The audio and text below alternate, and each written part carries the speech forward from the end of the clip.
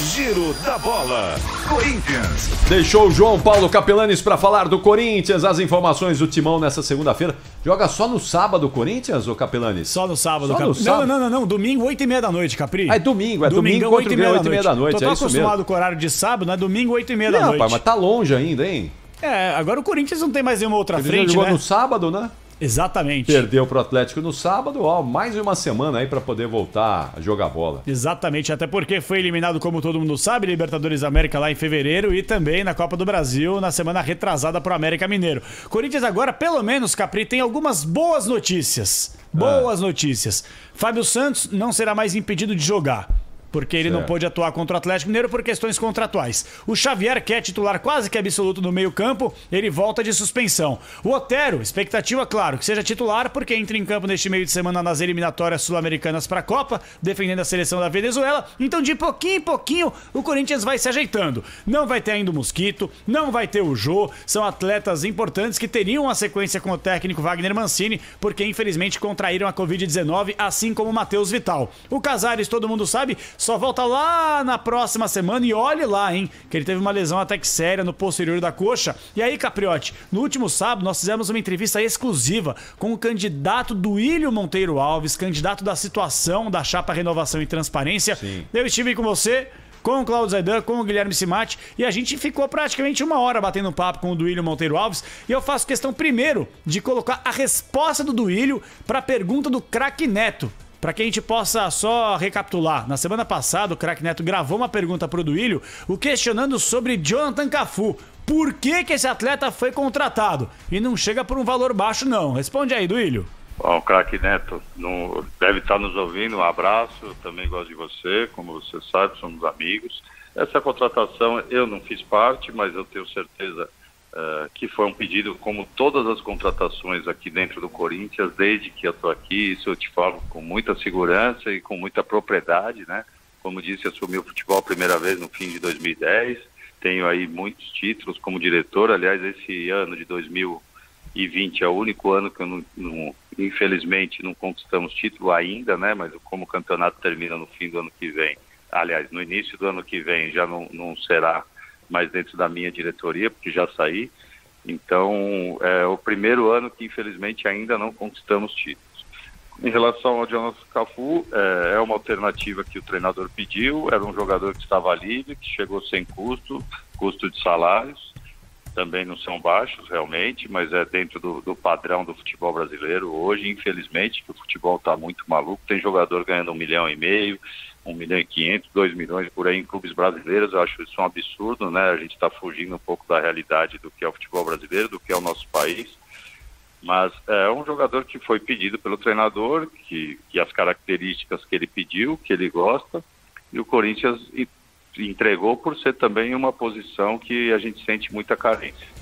Bom, Capri, ainda ao longo dessa entrevista nós fizemos inúmeros questionamentos, entre eles sobre como fica a próxima gestão, comandada pelo Duílio, claro, se ele vencer as eleições que acontecem neste dia 28 de novembro. E aí ele chegou a revelar, Capriotti, algo que já incomodou alguns dirigentes nos bastidores. Eu questionei o Duílio sobre essa mudança, o que ele vai fazer? Tem o Dr. Jorge Calil, tem o Wilson na gerência de futebol, tem o Eduardo Ferreira, esses caras vão continuar ou vão sair? Ele revelou.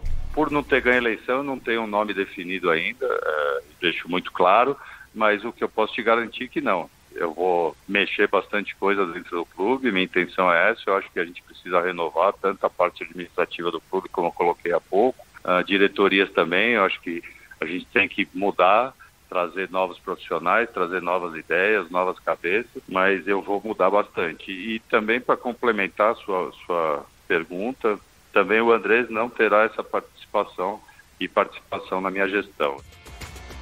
Ó, é o que ele diz, né? O Andrés não vai ter essa participação. A gente sabe, né, Capri? Ele vai ser mais ou menos um conselheiro, um cara que tem contato diário com o Duílio, são muito amigos, mas, né? Vamos concordar aqui?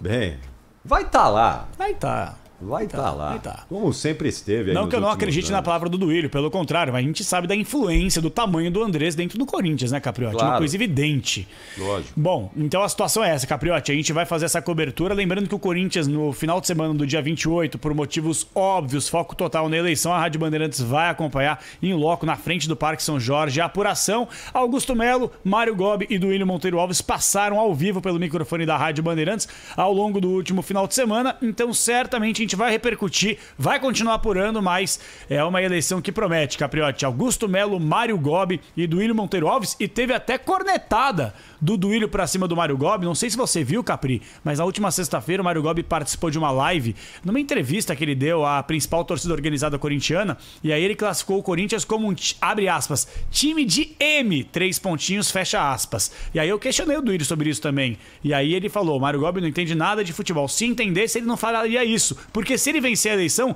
ele vai se encontrar com esse time de M, e aí vai ter que passar por um processo de reformulação intensa dentro do elenco, né, Capriotti? Que não é barato. E ele tem razão, Duílio. É isso mesmo. Aí ganha o Mário Gobi, ganha a eleição. No dia seguinte ele vai lá no vestiário se apresentar para os boleiros. Bom, eu não iria já, não é? Pô, se só tem M aqui, eu vou fazer o que lá? Né? Eu já nem iria, porque se fosse... E se eu fosse jogador, eu já, na hora ali, já detonaria o presidente que me chamou de M 3 pontinhos. Pode né? ser algo para indicar que esse elenco vai passar por uma reformulação na gestão Gobi? Não, mas não Talvez. tem como. Olha só, Capelanes, ele vai assumir aí com o Campeonato Brasileiro na reta final. Ele vai ter que se encontrar com esses caras. Vai ter que se encontrar com os caras, vai ter que... Esses caras vão ter que jogar pra ele, porque se não jogarem pra ele, o Corinthians corre risco de rebaixamento, não é? Pode ser rebaixado. Então foi muito infeliz o Mário Gobi na declaração dele, mas muito, não foi um pouco não, foi muito infeliz. Ele pode até achar, acho que ele pensa exatamente isso. Agora, pra jogar pra torcida, ele tava falando lá pra torcida, não é? Pra fazer média com a torcida, ele... se queimou com os jogadores, se queimou com o grupo de jogadores que hoje veste essa camisa do Corinthians. Só para fechar, Capri, lembrando que o próximo candidato, seja o Augusto, o Duílio ou o Gobi, eles vão assumir a partir do dia 2, 3 de janeiro, né? E o campeonato vai até o dia 24 de fevereiro.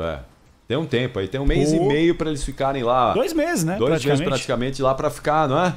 Olho no olho lá no vestiário. Bom, boa sorte ao Mário Gobi. Aí, se ele vencer, não é ele que se entenda com o time depois. Lá, isso aí com a boleirada lá. Isso aí. Ele que se vire lá depois com a boleirada. Valeu, Capelanis! Valeu, Capri!